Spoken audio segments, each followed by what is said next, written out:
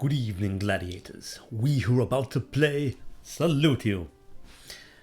I'm Oliver Joyce. Welcome to a late night session of Ollie Plays. And tonight I'm beginning a series, the next sort of 6 or so of these videos, aside from the Swords and Sandals ones, will be on one of the great role-playing games of all time, the Ultima series, from Origin Systems and more specifically from legendary game designer Richard Garriott, who is one of my personal game development heroes and certainly someone that inspired me to get into game development. I even have Richard's book, which I would highly recommend, Explore, Create. Remarkable character, not only a game developer but also an astronaut. The guy went into space, and pretty phenomenal read, so I highly recommend that. And there are 9 games in the Ultima series, and an online one, which you can probably hear in the background the music from.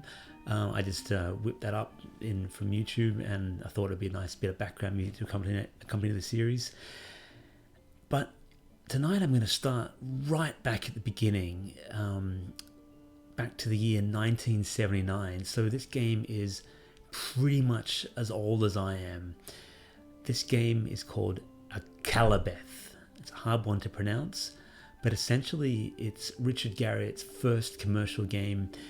It's pretty much Ultima Zero, Ultima before Ultima, and I'm not gonna lie, I checked this out a little earlier this evening, and it's a simple game, and it's a game that is certainly of its time, and I have found it a little confusing to play, and this video might not go as smoothly as I hope, but we're going to get into it. I'm going to give you a little bit of trivia along the way about the game, and we'll just explore it for a bit. And as the Ultima series goes on, we'll play these games for longer and longer, and I hope you enjoy them, because I'm a huge fan of Ultima, but I have to confess, I've only ever played Ultima 5, 6, 7 and 8 and 9, so anything before that I basically have only ever read about, and I never got into, so it'll be an interesting journey. So without further ado, let's get into it. Ultima Zero, Akalabeth.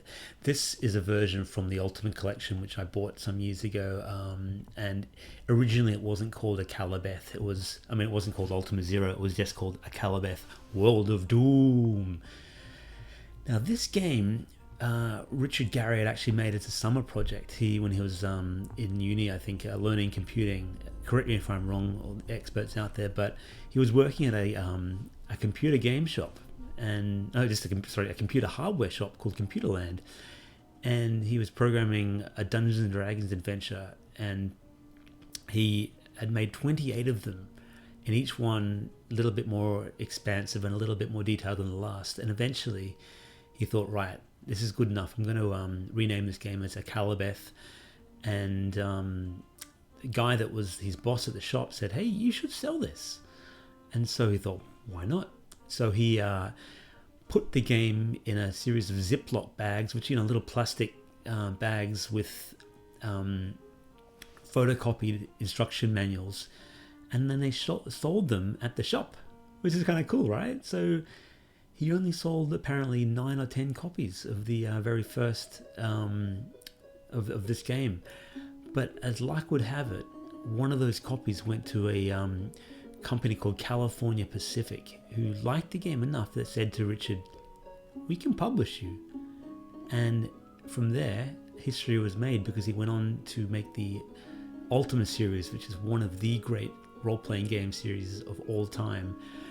And humble beginnings, but he actually sold 30,000 copies of this game, believe it or not. And this is back in an era when no one really even knew what an Apple computer was, let alone that you could play games on it. So a remarkable story, and put him through college and more. It gave him the freedom to become the game designer that we love, and that I certainly look up to. And a lot of the information I'm getting about this game and others is from this book.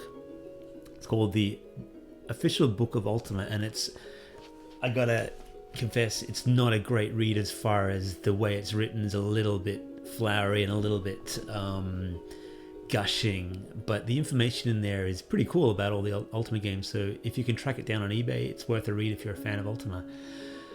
Alright, so there's a bit of background to it.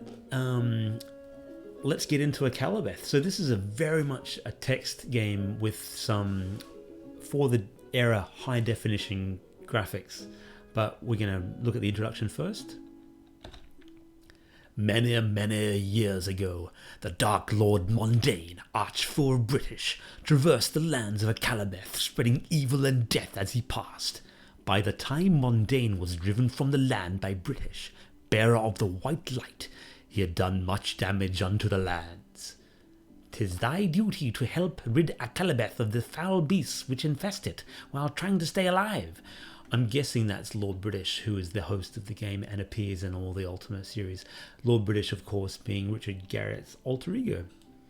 I actually have an alter ego in my Swords and Sandals games. I am Baron Wolfgang of Shackleford, as you may or may not know. But he's a lot less, he's more humble than Lord British. He's a drunkard who just happens to be good with a sword and a low-ranking noble. Anyway, that's a little aside. So this gives you a little bit of information about the game, your hit points, your stats, like you've got strength, dexterity. It's basically a very influenced heavily by Dungeons and Dragons. Gold, money, cash, assets. All right, so I'm going to admit to you, I don't really know how to play this game, but we'll figure it out together, you and I. So to buy anyone, you just type the letter, okay. A lot of these old games, they're all keyboard based, and so if you wanted food, you press F. Etc. So fighter or wizard. Fighter can't control magic amulet. Magi cannot use rapiers or bows. Alright, that's fine. Okay, moving around, that's our controls. I should have probably prepped this a bit earlier. I did play it, but I didn't really memorize the controls. So, okay, E is for entering. Alright, A is for attack. Let's roll. Thou dost know the basics of the game. Experiment with the commands. There is much left unsaid for thee to discover in the future. Okay, thanks, British. Create a character. I'm not sure what this lucky number thing is. It might be a random seed, which is basically determines what dice rolls will be in the game. Whoa. Hey, it just crashed on me. That's weird. Back to the full screen, and we will try to fire it up again. One of the problems with these old games is often they have to be run through emulators. I'm running a DOS box emulator, and there can be some teething problems like so, but we'll get there. So this is all live. I'm doing this all in one take, which is a brave thing. Brave for the fans that want to stick around anyway. All right. So create a character. I was trying to create a character, wasn't I? Lucky number 3. That's so weird. Why is it throwing me out? That's so odd.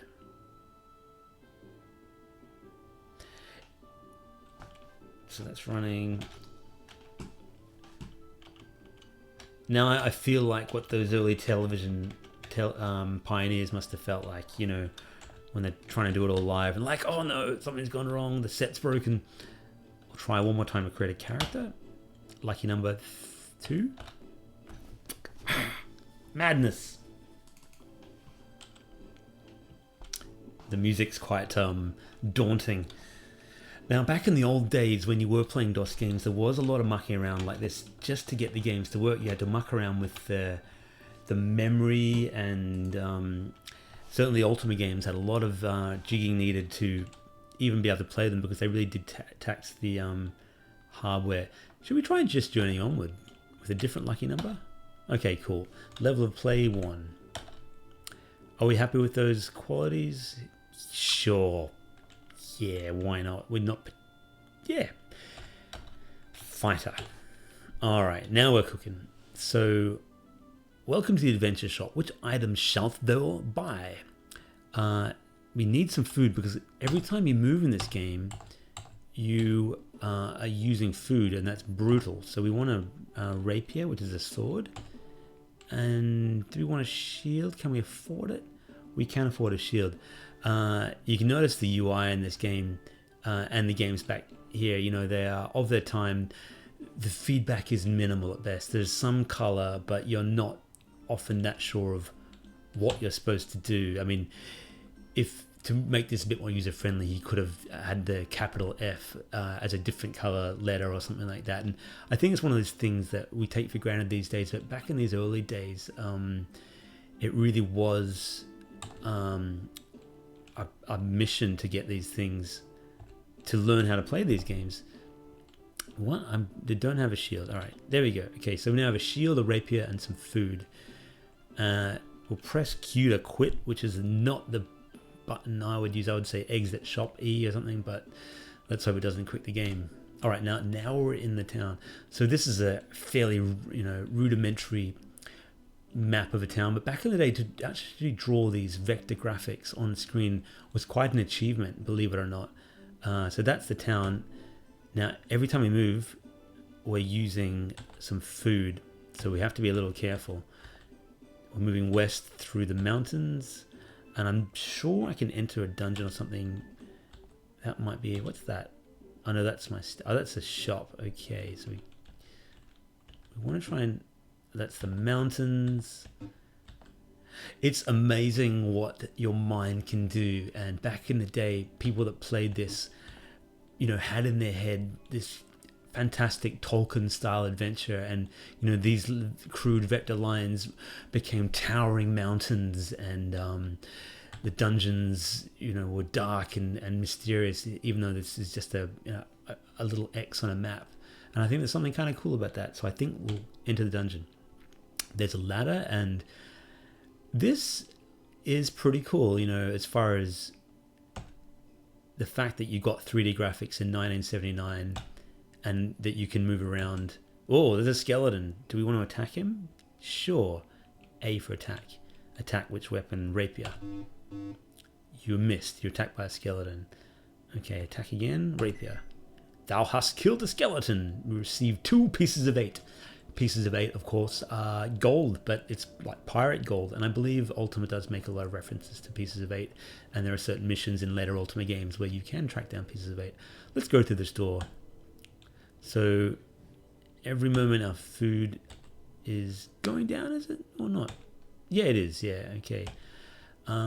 These games I find really confusing because there's no actual real map to them other than what's in your mind. So you gotta almost write down the you know, the maps on paper, and people used to do that. They'd actually map these things out.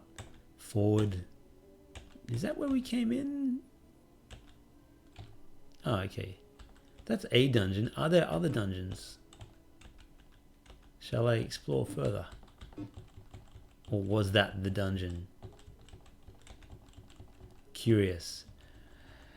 A lot of people hate food clocks in games. They consider it a bit of an artificial way to end the game, but I can kind of understand why it's done, because it creates a sense of urgency. Oh, there's a skeleton. So obviously Richard drew the skeleton probably by plotting out points on graph paper and actually going, you know, x1 to x12, then move the cursor, no cursor, move the plotter down to this, all via mathematics. And, you know, as crude and ridiculous as this skeleton might seem, it actually would have taken considerable effort.